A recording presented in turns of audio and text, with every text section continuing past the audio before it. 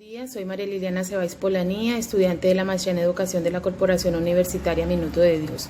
El día de hoy entrevistaré a un docente que nos compartirá cómo aplica en su escenario educativo la pedagogía de las diferencias. Carlos Hilar es un investigador y docente argentino.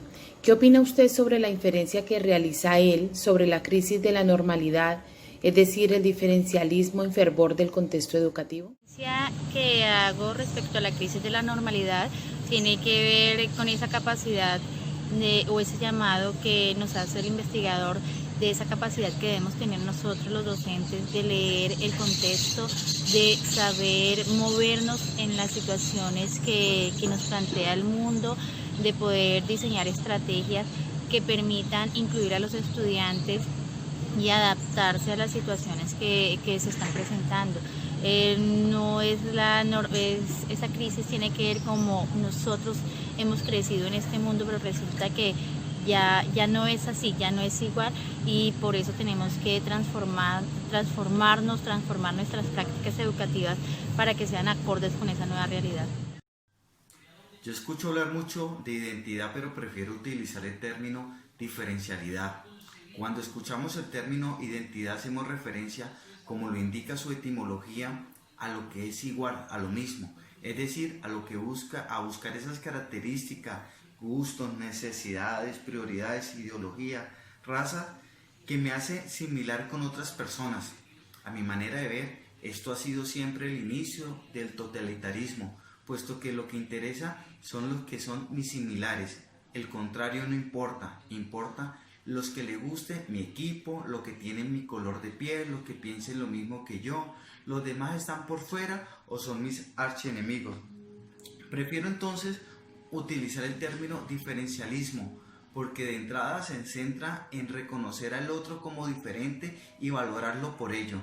Este término es humanista porque reconoce los valores de la alteridad, es decir, de la existencia, el punto de vista, de los intereses, la ideología del otro, y no da por supuesto que la de uno sea la única o la verdadera. De ahí que concibo la importancia que la normalidad entre en crisis, como indica Carlos Esquiar, y reine el diferencialismo como el reconocimiento de la singularidad que me proporciona el otro, como las voces, el rostro, las miradas que nutre el pensamiento y el deseo de crecer. En conclusión, la similitud debe entrar en crisis para que surja la sorpresa, la admiración y el deseo de aprender.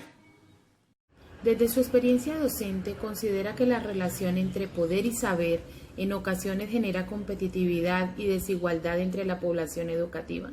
Indiscutiblemente la relación poder y saber siempre genera competencia, genera desigualdad, porque estamos en un mundo desigual donde el tema económico genera muchas barreras en el verdadero acceso a la información, al conocimiento, y no solamente tener el material, sino también ser capaz de digerirlo, de transformarlo, de construir todo un proceso de pensamiento crítico. Una cosa son los niños que únicamente cuentan con los recursos que medianamente se le puede dar en la institución educativa, y otra cosa los niños que además de eso tienen los privilegios que le puede dar su familia. Inicio considerando que es imposible desligar la relación entre poder y saber. El saber entendido desde Michel Foucault como lo que un grupo de gente comparte y decide que es verdad, lo que es correcto o es incorrecto. Lo que es normal controla a los estudiantes para que cumplan su rol en la escuela.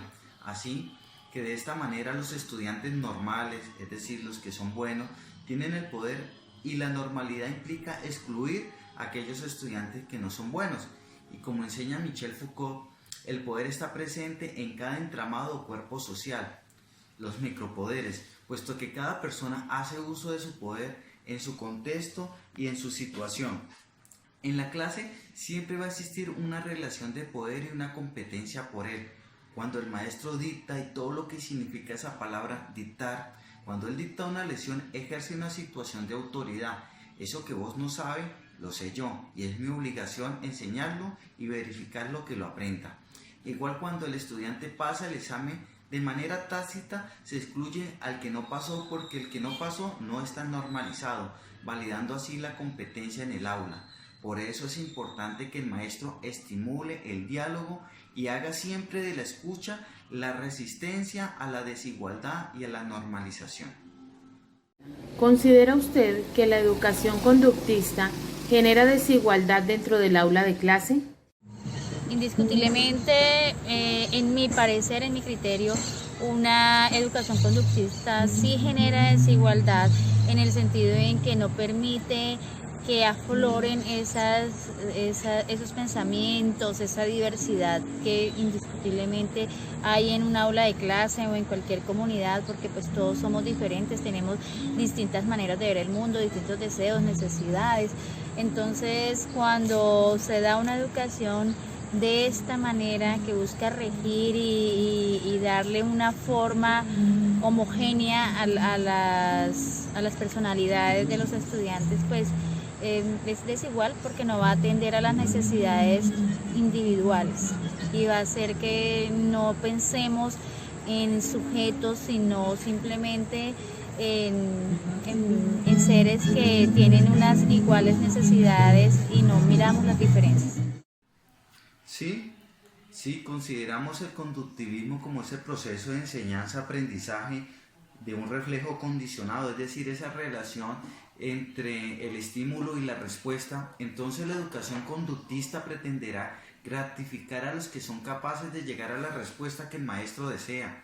Entonces la respuesta determinará quién es bueno, quién es malo, quién es el mejor o el peor de la clase. Todo esto se da como un proceso cuasi selección natural de Darwin, donde se pretende determinar quiénes son los mejores, quiénes pueden alcanzar el futuro éxito, quiénes van a sobrevivir para el próximo año, para el siguiente año. Desde luego, este es un proceso reduccionista que no tiene presente el desarrollo de la persona, sino que pretende que el fin último del estudio sea la competición por competición. ¿Qué entiende usted por inclusión auténtica? Bueno, la inclusión auténtica la comprendo como ese proceso que permite que todas las personas sean partícipes de la sociedad desde sus diferencias, es decir, desde su forma de ser, de concebir el mundo, no moldeándola para que se ajuste a una sociedad o encasillándolo, sino que se pueda ser parte de esa sociedad, de esas comunidades, a partir de lo que uno es, de esa autenticidad, de esas personalidades. Últimamente hemos tomado la terminología inclusión como la atención solo a la población con discapacidad. Desde luego, eso es educación inclusiva, pero está excluyendo una parte fundamental, debido a que la inclusión es la atención a las condiciones diversas que tenemos todas las personas. Así que la inclusión auténtica significa no desestimar la capacidad de aprendizaje de ninguno, del negro, del blanco, del zurdo, del diestro, del que aprende rápido, del que tiene dificultades, del pequeño, del que vive en el campo, del que tiene condiciones económicas buenas o el que no tiene condiciones económicas buenas. Es abrir las puertas de la enseñanza a todos, atendiendo la singularidad, garantizando el derecho a la educación, como indica el artículo 67 de nuestra Constitución Nacional.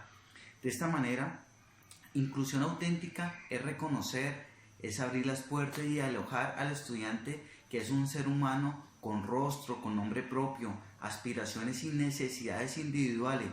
Y eso no termina cuando le abrimos el cupo o cuando le entregamos el pupitre al estudiante o lo subimos a CIMA. Se da cuando tenemos en cuenta la opinión del estudiante sobre lo que él desea aprender, de cómo lo desea aprender y para qué le va a ser útil, cuando respetamos su ritmo de aprendizaje.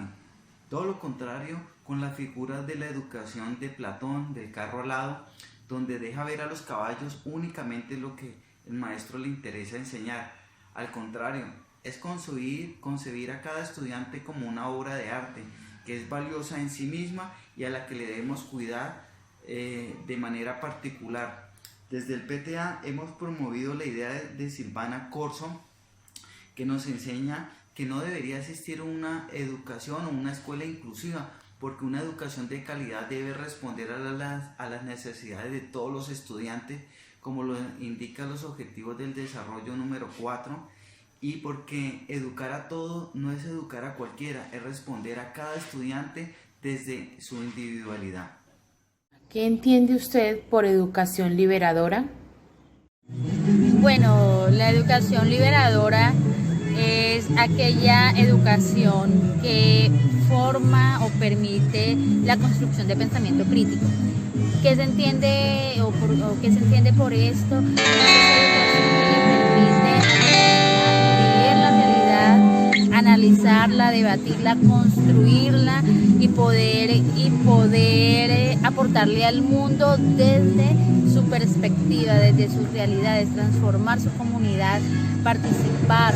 Esa pienso yo que es la educación liberadora, pues siguiendo los postulados del gran maestro Paulo Freire, que menciona mejor que la educación debe permitir leer la realidad, pero desde nuestras propias realidades para transformarlas, para poder decir o analizar mejor por qué está pasando esta situación, por qué yo estoy en esta situación y cómo puedo transformar esa situación en la cual me encuentro, ¿sí? Poder identificar las causas.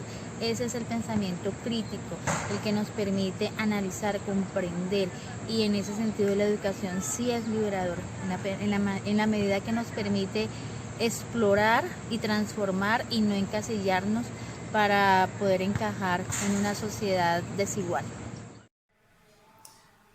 Si me invitan a hablar sobre educación liberadora es porque se presupone la existencia del oprimido, y esto me trae a la mente a Paulo Freire en aquel libro de la pedagogía del oprimido, y sobre todo en esa dedicatoria que hacen del libro donde escribe a los desarrapados del mundo y a quienes descubriéndose en ellos, con ellos sufren y con ellos luchan. Y como entiendo que a Carlos Escliar le gusta partir de las anécdotas, permítame presentar una. Hace un poco de tiempo tuve una estudiante que murió en el último grado de bachillerato. Tenía cáncer y su nombre era Rosa. Me costó entender por qué ella, a pesar de que estaba en tratamiento de quimio, con muchos dolores, sin cabello, sin ninguna opción de futuro, siempre anhelaba asistir a clase. Hemos escuchado que la educación es para formar a los futuros ciudadanos, pero Rosita no tenía futuro, solo tenía el presente, y sin embargo lo estaba gastando asistiendo a clase. ¿Por qué? Porque ir al colegio a ella le generaba felicidad, porque ir al colegio y encontrarse con los compañeros le generaba felicidad, porque descubrir cosas nuevas le generaba felicidad y le hacía olvidar por un momento todos sus dolores. La educación no es para ser infeliz, oprimir, sofocar, presionar o someter al estudiante con la quimera que eso que le estoy enseñando es para el bien de su futuro. Si mi hijo o mi estudiante es infeliz en la escuela, no estoy respondiendo a sus necesidades y a sus deseos. Y la psicología educativa enseña que es fundamental la motivación en el aprendizaje. Así que para mí la educación liberadora debe asumir el aprendizaje como el generador del bienestar y la felicidad para el estudiante.